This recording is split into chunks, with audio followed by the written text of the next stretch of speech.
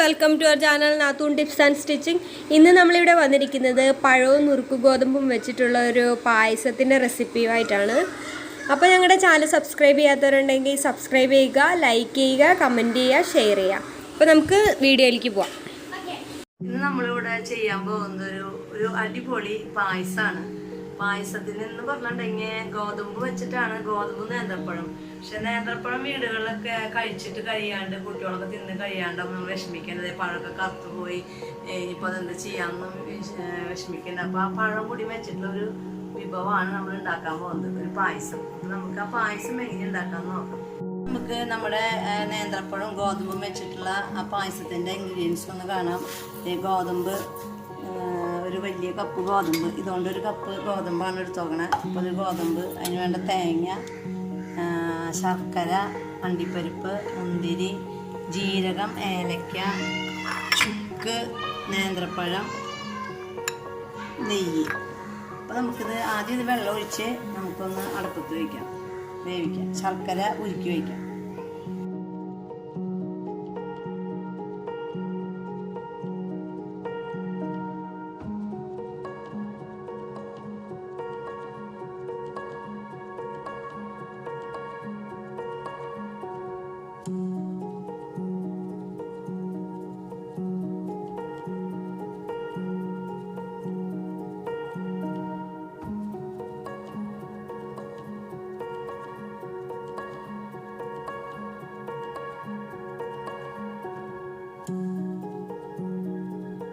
ഇത് പാനിൽ നന്നായി ചൂടായിട്ട് നമുക്ക് ഈ പഴം അരിഞ്ഞു വെച്ചതിന് അരിച്ചു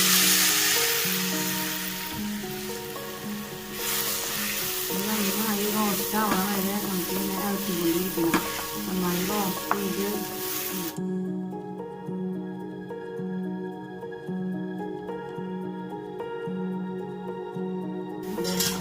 നമ്മുടെ ശർക്കര ഉരുക്കി വെച്ചിട്ടുണ്ട്. നല്ല ഭംഗിയുള്ള ഇത് നമുക്ക് അടിച്ചിട്ട് വേണം ഗോതമ്പിലേക്ക് ഒഴിക്കാനായിട്ട്.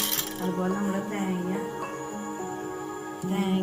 പിഴിഞ്ഞ് വെച്ചിട്ടുണ്ട്. അതിൻ്റെ തേങ്ങയുടെ ഒന്നാം പാലാണിത്. ഒന്നാം പാൽ മാറ്റി വെച്ച് മറ്റേ പാലിലാണ് നമ്മൾ ഈ ഗോതമ്പും പഴമൊക്കെ ഇട്ടിട്ട് നന്നായി വേവിക്കേണ്ടത് കേട്ടോ. നമ്മുടെ പായസത്തിൻ്റെ ഗോതമ്പ് വെന്തത് പാകം അതിൻ്റെ മൂന്നാം പാല് ഞാനതിൽ ഒഴിച്ച് ഈ ഗോതമ്പിൻ്റെ കട്ടയൊക്കെ ഉടച്ച് നല്ല ക്ലിയർ ആക്കിയിട്ടുണ്ടായിരുന്നു. ചിലപ്പോൾ കട്ടപ്പെട്ടിട്ട് എടുക്കും.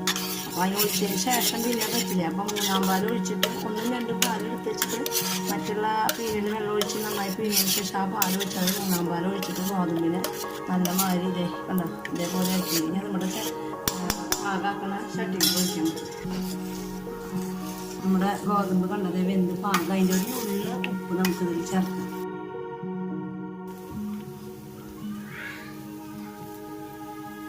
നമുക്ക് പാകത്തിനുള്ളത് നോക്കിയിട്ട് മധുരമുണ്ടാക്കാനും കുറേ ഉപ്പ് വേണ്ട, എന്നാലും ഗോതമ്പിലേക്കുള്ള ഉപ്പ് വേണം. ഇത് ഗോതമ്പ് വെന്ത് നല്ല പാകം. അതിൻ്റെ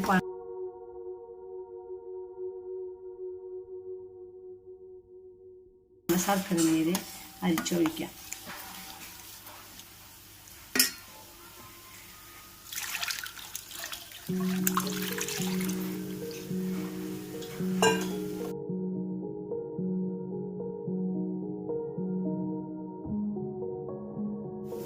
നന്നായി ഒന്ന് തിളച്ചതിന് ശേഷം നമ്മുടെ പഴത്തിന് ഇടാട്ടോ. നന്നായി തിളക്കിയിട്ട് നന്നായി തിളക്കില്ല. അപ്പം പഴം അവിടെ കിടന്ന് റോസ്റ്റായി ഇരിക്കാം. നമ്മുടെ പഴം നല്ല വേവല്ല റോസ്റ്റായിട്ട് നമുക്ക് നമ്മുടെ ഗോതമ്പിലേക്ക് ഇട്ട് കൊടുക്കാം. അപ്പോൾ പഴത്തിൻ്റെയും കൂടി ഗോതമ്പ് വെള്ളമൊക്കെ ഉരുകിയതൊക്കെ പിടിച്ചോളും.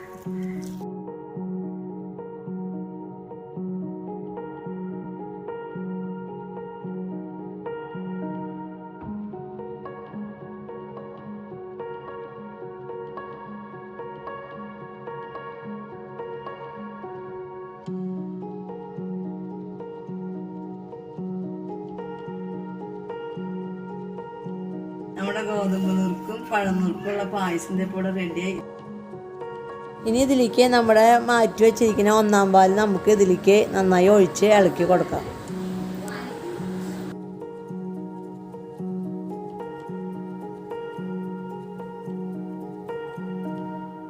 ഏലക്ക, ജീരകം, ചുക്ക്, പഞ്ചസാരയും കൂടി കൂട്ടി പൊടിച്ച പൊടിയാണ് ഇട്ടത്. ഇത് അതിലിട്ടിട്ട് നമുക്കൊന്ന് പായസം ഇറക്കി വയ്ക്കാം.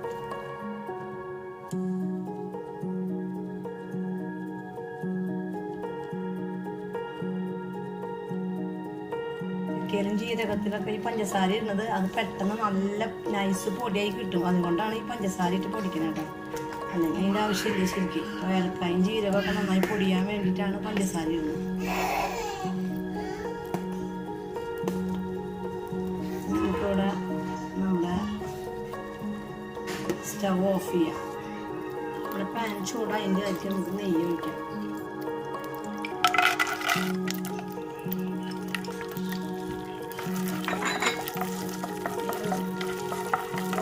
ഒന്ന് ചൂടായതിന് ശേഷം മുന്തിരിട്ടാൽ മതി. മതിയില്ല കാഷ്നൊക്കെ ഒരു വിധം ചൂടായതിൻ്റെ നമുക്ക്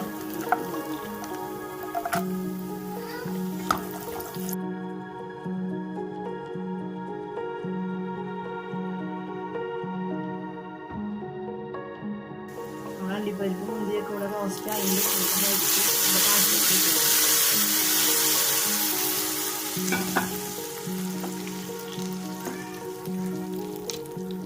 നമ്മുടെ പായസത്തിൻ്റെ പണിക്ക് കംപ്ലീറ്റ് കഴിഞ്ഞു.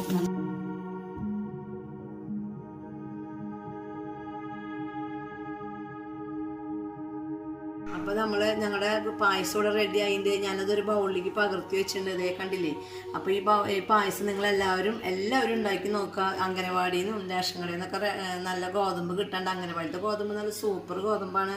അപ്പോൾ ആ ഗോതമ്പ് വെച്ചിട്ട് നമുക്ക് കുട്ടികൾക്ക് പഴം തിന്നാൻ ഇഷ്ടമില്ലാത്ത കുട്ടികൾക്ക് പഴം വെച്ച് നുറുക്ക് പഴം ഇട്ടിട്ട് നല്ല അടിപൊളി ഗോതമ്പ് പായസം ഉണ്ടാക്കുക. എല്ലാവരും ട്രൈ ചെയ്യുക. എല്ലാവരും ലൈക്ക് ചെയ്യുക, ഷെയർ ചെയ്യുക, കമൻറ്റ് ചെയ്യുക, എല്ലാം ചെയ്യുക.